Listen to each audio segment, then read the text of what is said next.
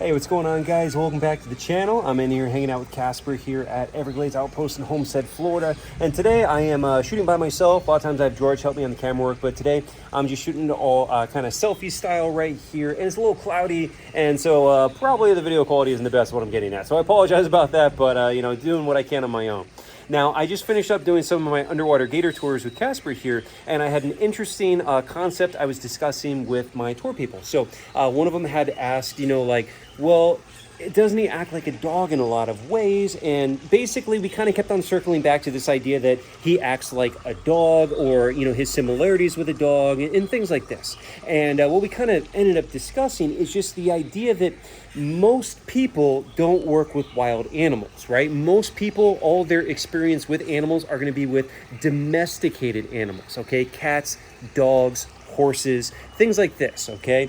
And it kind of brought up this idea that a lot of people don't understand wild animal psychology, but they do understand domesticated animal psychology, and that these are two drastically different things. And so as we kind of discussed this, it kind of explored this topic a little bit, I thought it was worth sharing. So one of the big things is that most people, again, most people, obviously not everybody, but most people's only interactions with animals are going to be with dogs for the most part.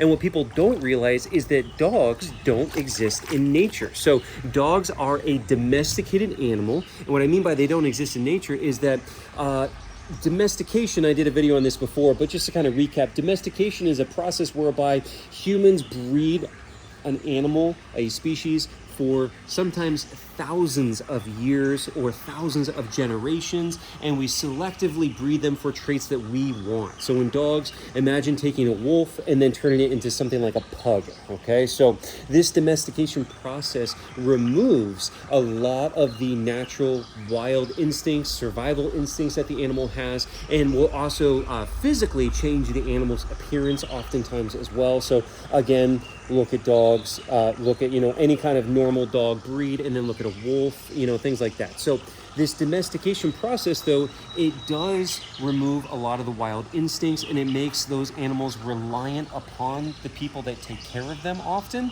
and then it makes them easily bond with humans too, things that would not normally happen in nature.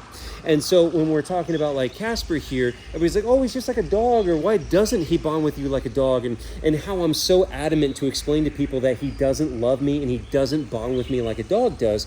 And people, there's so much pushback because most people's only experience is again with dogs. And so they think all animals act like dogs, not understanding that dogs are not natural. They're not a part of the natural world. They are a human creation that doesn't exist in nature. Therefore, dog behavior doesn't really exist in nature. Now, don't get me wrong, many animals can bond with you over time, but it's not the same, okay? The difference of a domesticated animal mentality and a wild animal mentality are drastically different. And the survival instincts that like Casper has as an animal that grew up in the wild. Remember, he's a wild caught nuisance gator. And so he was caught out of the wild as an adult alligator. He was not raised in captivity by people. You know, he wasn't around people when he was young or anything like that. So his survival instincts are completely intact and well used and well developed. Not the case with a dog, right? And so for people to expect him to act like a dog is ridiculous. It's a ridiculous concept to think that he should act like a dog or that he should bond with you like a dog does.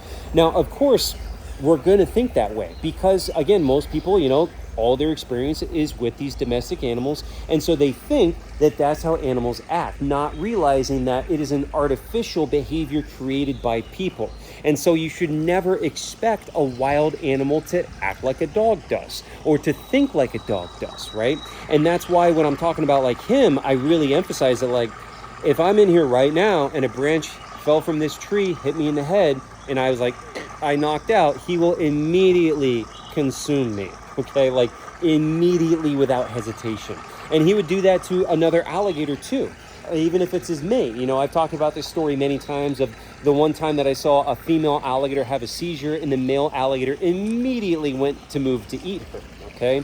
So just trying to get people to understand that. Now, I also have a lot of dog trainers that work professionally with dogs also tell me dogs will eat their owners in emergency or in you know, situations where the person dies. The dogs eat the owners too. So it's not exactly the perfect picture people often think of with dogs, but it's just trying to get this mentality out that wild animals act completely different from domesticated animals, and that their focus is on survival and getting food, and it's a predatory animal like this, an apex predator, upon killing prey, and that's always on their mind. And that, like, bonding with me and loving me is not one of his priorities and is not an interest to him whatsoever.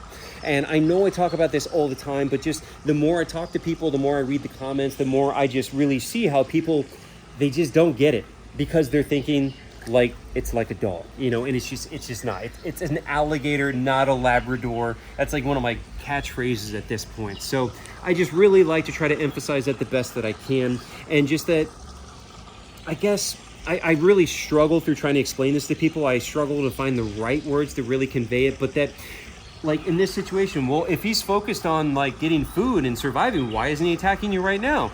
And, you know, we beat this to death, but just to go over it again, like, okay, his motivation, look up the motivational video I did talking about their motivations, why he wants to bite. But, you know, again, he knows I'm not going to hurt him. He doesn't have to be defensive with me. He knows I'm not going to let him eat me. He's tried that, you know, I'll literally headlock him and throw his butt in the sand. So he knows that one. And so he's learned these things over time, so he's not going to like outright attack me. But the moment that I am disadvantaged, that I am weakened or anything like that, or he thinks that I'm not paying attention or something like that, he's going to try. And especially the paying attention one. He tries that one pretty often. He will come up behind me like that, and he'll come up and he'll try to check and see if I'm paying attention, especially underwater. And he'll creep in with his mouth open and start making some moves to see if I'm paying attention. If I wasn't, yeah, he's going to grab me, you know? And so that's why, like, I turn back and I look at him all the time. When I'm doing these videos, I'm usually looking at the camera, selfie style, and I watch through the camera lens how close he is and get an idea of what he's doing, you know? But especially that sneakiness and that persistence to make attempts and to test boundaries is one that is very subtle with him, but is a constant. And that's one that you're not going to really get if you don't understand them well. You're like, yeah, but he didn't even really try. He barely tried. It's like, no, that's him testing a boundary. And if you don't reinforce that boundary, that's when he's actually going to make a harder attempt, you know? So just always having to be aware of that. And I apologize for those of you who have heard me talk about this before, but, you know, this whole domesticated wild animal, getting to understand that, you know, he does see you as prey at all times, even if he's not actively pursuing you. I know I talk about it all the time, but that's one of the most prevalent misconceptions about my work with alligators and about alligators and predatory animals in general. So I hope you guys did enjoy the video. As always, like, comment, subscribe, and let me know if you have any questions in the comments and any other ideas what you guys want to hear me talk about.